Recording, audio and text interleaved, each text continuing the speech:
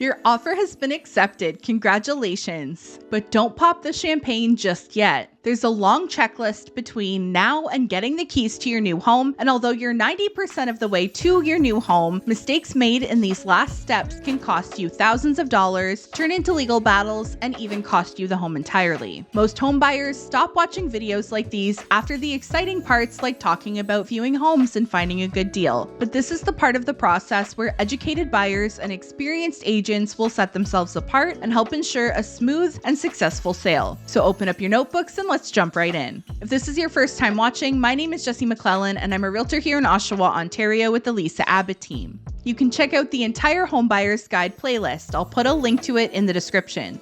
And if you want to stay up to date on everything that's happening in our real estate market and learn how to make smart decisions when it's your turn to buy or sell a home here, subscribe to the channel and click the like button to help me reach more people like you. Once you have an accepted offer, the first thing you need to do, usually within 24 hours, is to submit your deposit to the listing agent's brokerage. This can usually be done by a bank deposit, a wire transfer, or by dropping off a bank draft. A deposit and down payment are not the same. Your down payment is a portion of the purchase price that you would pay the balance of at the closing of the sale in order to get your financing. Your deposit is a sum of money that you're putting forward as consideration when an offer is accepted. It's often thought of as a way for the buyer to show their seriousness and intentions about purchasing the property. That money is held in trust by the real estate brokerage, and three things can happen. A mutual release, whereby both parties agree to what happens to the deposit, usually returned to the buyer. The money flows through the transaction and goes towards the down payment at closing, or the buyer and seller both feel like they're entitled to the deposit or other damages, and it goes to court. If your offer is conditional on you getting financing for the home or you getting a home inspection and you're unable to get approved for the mortgage or the home inspection brings up major issues, the conditions protect your right to back out of the deal and you would have your deposit returned. If the deal goes through and all is well, the money would just be put towards your overall down payment at closing. And if there's a dispute between you and the seller, or if one party feels like the other is in breach of their contract, there could end up being a legal fight over what happens with the money, but that very rarely happens, and often both sides involved want to come to a fair solution and avoid any unnecessary legal headaches. Once your deposit has been sent or dropped off to the listing brokerage, it's time to fulfill the conditions of your offer. The most common conditions buyers use are financing, home inspection, insurance, and for condo properties, review of the status certificate. Always speak with your realtor about the specific conditions in your offer. Carefully read them so you know how they protect you and what your rights and options are with those conditions. A proper financing condition allows you to confirm with your lender that your financing is good to go and that all of the details of the mortgage are satisfactory to you. Once your offer is accepted, you want to send a copy of the accepted offer and a copy of the listing to your mortgage broker immediately. A home inspection condition allows you to have a professional inspector inspect the property to make sure there are no major hidden issues that you were unaware of. The number of days you have to fulfill each of these conditions will be specific in your offer. It can take 3 days, it can be 10 days. It really depends on the home and the area, as well as what is seen as a normal time frame for that area, but it is negotiable. If your offer is conditional on financing and a home inspection, try to get the financing sorted as soon as possible and schedule the home inspection towards the end of your allowed time. So if you have 5 days for both conditions, schedule the home inspection on day 4 or in the morning of day 5. There's no sense in you paying several $100s for a home inspection if the deal is going to fall apart on financing anyway. Choose your home inspector carefully because you're putting a lot of trust into them. Don't pick a home inspector because they're a little bit cheaper than someone else. Pick the best person for the job because most of the time you get what you pay for.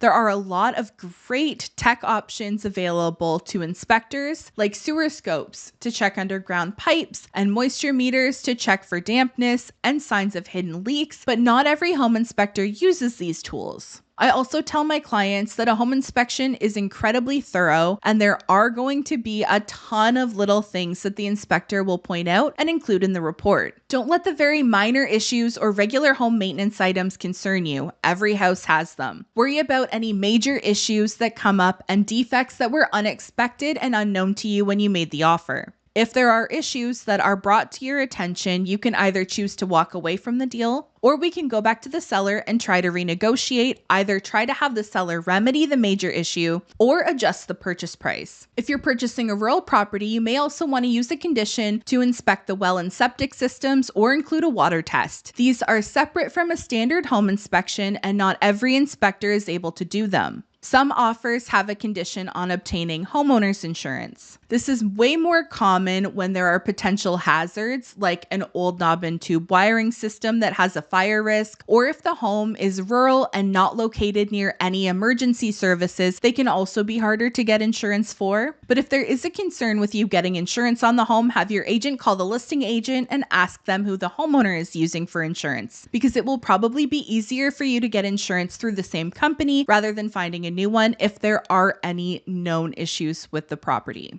Also, ask the insurance company what questions they have about the property and bring it to the inspection so you can ask your home inspector and get the right answers. And never, ever, ever send your home inspection report to your insurance company, because they will find a reason in the report to make it much more expensive for you. Obviously, don't lie, but only answer the questions that you're asked. If you're buying a condo, you're going to want to have the status certificate reviewed by a lawyer. The status certificate gives you some information on the financial status of the condo corporation, any pending lawsuits, possible upcoming expenses or repairs that need to be made, and whether or not they have the money to cover those expenses and repairs, or if it's likely that the condo board will be forced to raise maintenance fees, or worse, they hit every unit owner with a special assessment, which is a bill that can be very expensive, sometimes paid in a lump sum, and sometimes resulting in a large increase to the maintenance fees for years to come. It will also have the condo's bylaws. So this is your chance to ask your lawyer about the condo's pet policies, if they allow barbecues on the balconies, and any other questions that you have about the building.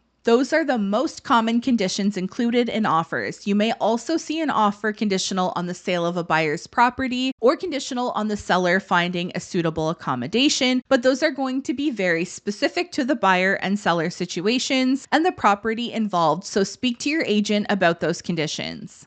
Once you've done everything you need to do to satisfy yourself regarding your conditions, you can either back out if you're not satisfied or your financing doesn't come together. You can renegotiate with the seller if there are issues that need to be resolved, or you can fulfill your conditions. Once you've provided a notice of fulfillment for all of your conditions, your purchase is now firm and you've bought a house. At this point in the process, the paperwork will be sent to your mortgage broker and the lawyer that you choose. As time gets closer to your closing date, you'll also need to arrange to have the utilities switched over to your name. In your offer, there should also be final walkthroughs included. You can use the final walkthroughs to take measurements for furniture, get an idea of where your stuff might go, or brainstorm new paint colors, and look over the property to make sure that everything is as it should be. The property isn't yours yet, so you can't make any changes to anything, and you shouldn't bring anyone to the property who's not going to be on the title, even mom and dad, unless you get permission from the homeowner.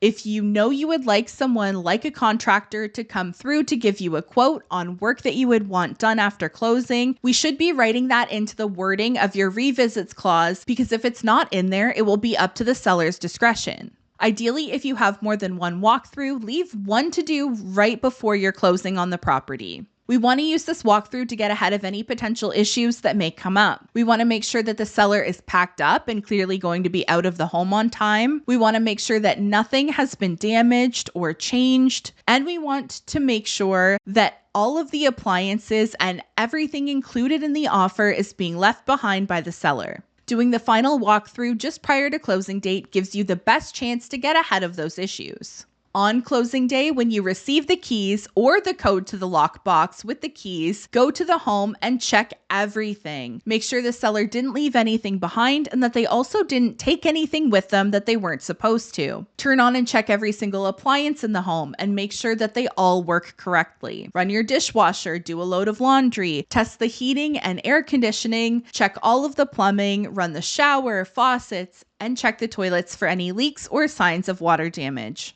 Test your outlets and fixtures and look for signs of anything that wasn't there before, like mold, water damage, or damage to walls, floors, or ceilings. If there are any issues, take a picture or video evidence and immediately send it over to your lawyer. Even if it's past working hours, they will see it first thing in the morning, and you want any issues to be found within the first 24 hours to have a better chance at it being handled. But truthfully, once the funds are exchanged, your options are more limited. This is why it's so important to do that final walkthrough right before closing to hopefully catch and get ahead of any issues before the funds are transferred and the deal is closed. If you'd like to speak with me about buying or selling a home in Durham region or the surrounding areas, click the link in the description and book a call with me at whatever time works best for you, and I'll be happy to answer your questions. Thank you so much for watching until the end. I hope you found this video helpful. Subscribe to the channel if you'd like to see more. Hit that like button to help my channel grow, and I'll see you in the next one. Bye.